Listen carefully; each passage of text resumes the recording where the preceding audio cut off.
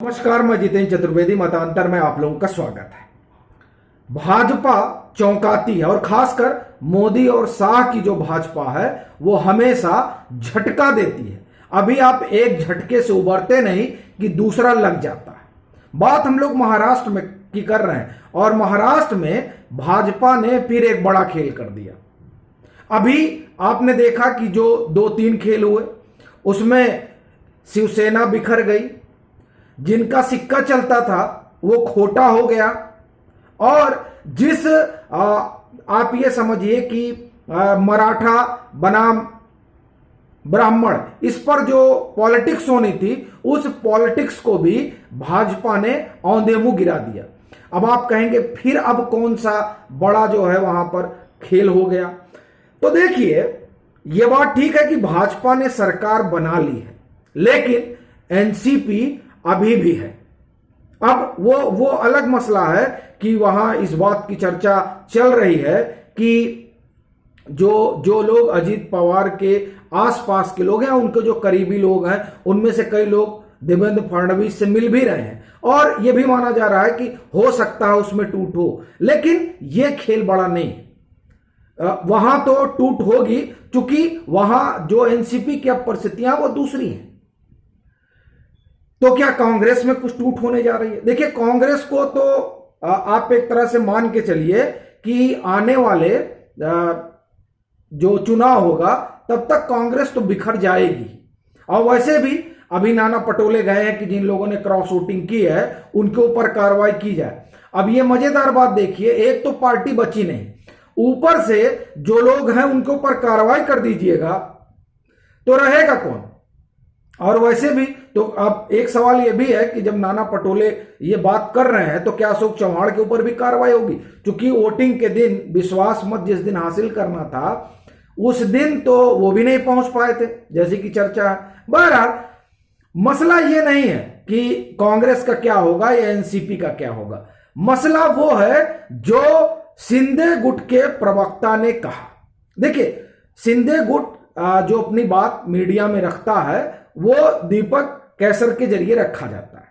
उन्होंने एक बड़ी बात कही और वो बात असल में बहुत चौंकाने वाली है, क्योंकि जब आप उस बात को सुनेंगे तो आपके मन में यह सवाल उठेगा कि भाजपा इस बात के लिए तैयार कैसे हो गई, और वह भी तब जबकि जब भाजपा हिंदुत्व की बात करती है, जब भाजपा ये कहती है कि ये जो सरकार है ये सरकार असल में हमने विचारधारा के लिए बनाई है, और जो मुख्यमंत्री बनाया गया वो मुख्यमंत्री बनाने का सिर्फ एक कारण ये नहीं है कि वो मराठा है, उसका एक बड़ा कारण ये है कि उन्होंने हिंदुत्व के लिए अपनी पार्टी छोड़ी और उन तमाम लोगों को जुटाया जो हिंदुत्व का झंडा लेकर चलते हैं, और बाला साहब की लेगेसी को बचाया। क्योंकि बाला साहब ठाकरे तो हिंदुत्व के अगुआ रहे हैं महाराष्ट्र में, तो उस वजह से उनको मुख्यमंत्री बनाया गया। अब सवाल यह है कि फिर दीपक केसर जो कह रहे हैं उस बात से भाजपा सहमत क्यों हुई, और दरअसल यही वो झटका है जो भाजपा ने दिया, और ये झटका ऐसा है कि जिससे शिवसेना अब एकदम नहीं उबर पाएगी। झटका क्या है तो उसके लिए दीपक केसर कह क्या रहे हैं इसे सुनना पड़ेगा। देखिए, दीपक केसर ने कहा कि जब हम लोग बागी हुए, हालांकि वो उन्होंने बागी शब्द का प्रयोग नहीं किया है, ये और ठीक भी नहीं होगा क्योंकि उन्होंने किया नहीं। उन्होंने कहा कि जब हम लोग ने यह तय किया कि अभी इस महाविकास अघाड़ी सरकार के साथ चलेगा नहीं और हम लोग अब भाजपा के साथ जाएंगे, और जब ये तमाम चीजें हो गई कि नहीं अब हम लोग सरकार बनाएंगे, तो एक समझौता हुआ, एक सहमति बनी भाजपा और शिंदे गुट के बीच। वो ये कि हमारे मुखिया पर हमला नहीं होगा।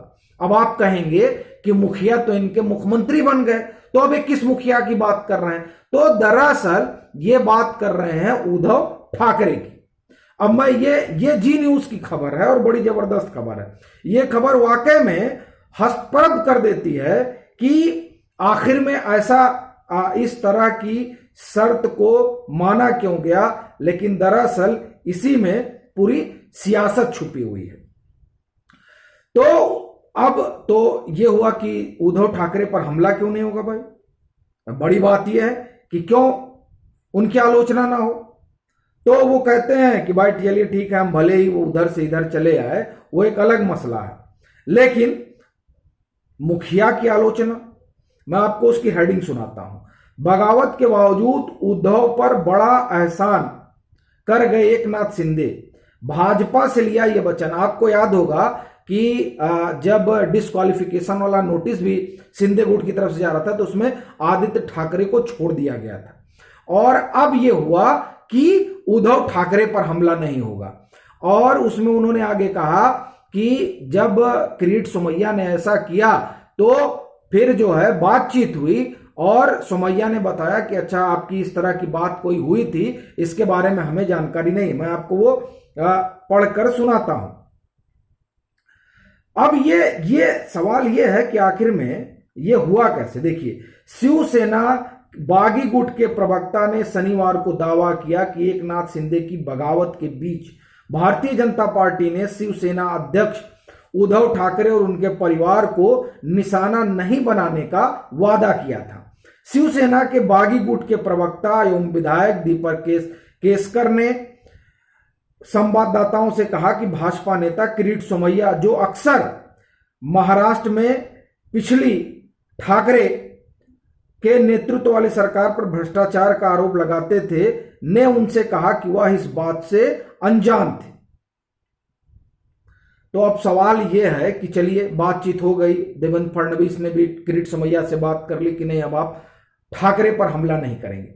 सवाल यह है कि इससे भाजपा को और ये जो गुट है उससे क्या फायदा होने जा रहा है। देखिए, सबसे बड़ी चीज तो हम लोगों ने दो दल की तो बात कर ली, शिवसेना पर अब आते हैं। शिवसेना टूट जरूर गई है, लेकिन बाला साहब ठाकरे को लेकर जो वहां के लोगों में सिंपैथी और सहानुभूति है, असल में वो हमला करने से कहीं वो बैक फायर न कर जाए। अगर उद्धव ठाकरे पर हमला होता रहा तो शिंदे ने भले ही गुट बना लिया है, लेकिन जब वो चुनाव में जाएंगे तो क्या जवाब देंगे। एक दूसरा जो सबसे बड़ी बात है वो ये कि उद्धव ठाकरे पर हमला करने का मतलब ये हो जाएगा कि जो शिवसेना का एक बड़ा धड़ा ये मानता है कि नहीं, अघाड़ी के साथ जाकर गड़बड़ी हुई थी, ठीक है, तो वो तो बगावत नहीं किए,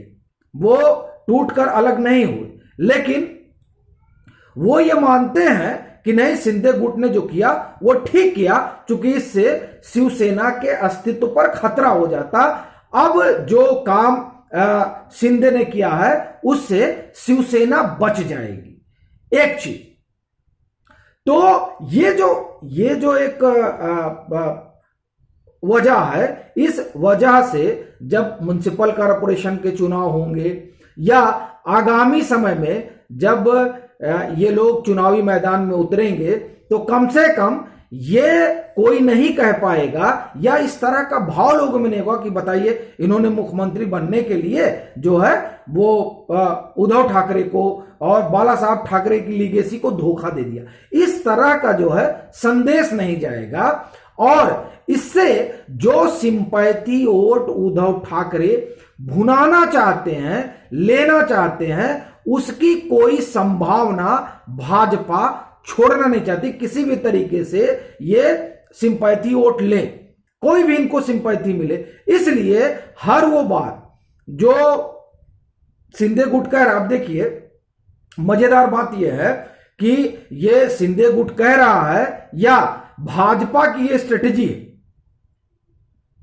और ऐसा मालूम पड़ता है कि ये भाजपा की स्ट्रेटेजी है कि इस तरह का बयान शिंदे गुट की तरफ से आए ताकि जो शिवसेना बची कुची है अभी भी उद्धव ठाकरे के खेमे में, वो भी मन से शिंदे जो कर रहे हैं उसे स्वीकार करे और उनके साथ खड़ी हो जाए। मतलब एक तरीके का ऐसा माहौल बन जाए कि वो पूरी सेना तीर धनुष सहित शिफ्ट हो जाए, और जो जो जो एक मोमेंटम बना है वो मोमेंटम आगे बढ़ चले।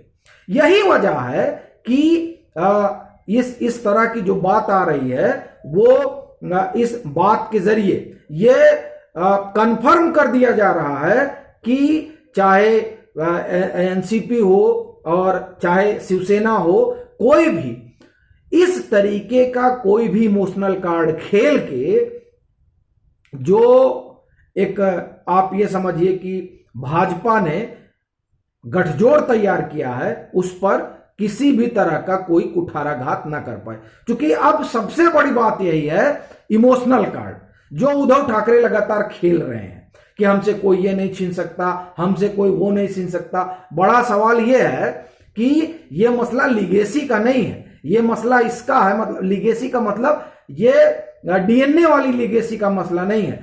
अब मसला वो है कि कौन उस हिंदुत्व की थाती को आगे बढ़ा सकता है। तो जाहिर तौर पर उस थाती को सिंधे गुटी आगे ले जा सकता है जो दिखाई दे रहा है, लेकिन उसमें जो ये इमोशनल कार्ड बार बार उद्धव ठाकरे की तरफ से खेला जा रहा है उसका जाहिर तौर पर नुकसान हो सकता है। इसलिए उस नुकसान की संभावना को भी खत्म करने के लिए दीपक केसकर का ये बयान आता है और जैसा लगता है कि ये पूरी एक रणनीति के तहत है ताकि इमोशनल कार्ड पर भी अगर शिवसेना जो उद्धव ठाकरे गुट की है वो उठना चाहे तो ना उठ पाए। और ये बड़ा भारी जो है खेल है भाजपा का, क्योंकि जो ये बयान आ रहा है वो मुझे ऐसा लगता है कि दरअसल ये बयान जो है वो दिलवाया गया ताकि कोई भी वो इमोशनल कार्ड वाला मसला चले ना। अभी के लिए फिलहाल इतना ही। अगर आप मतांतर से नहीं जुड़े हैं तो जुड़िए, वीडियो को लाइक कीजिए, शेयर कीजिए और अपने सुझाव जरूर साझा कीजिए।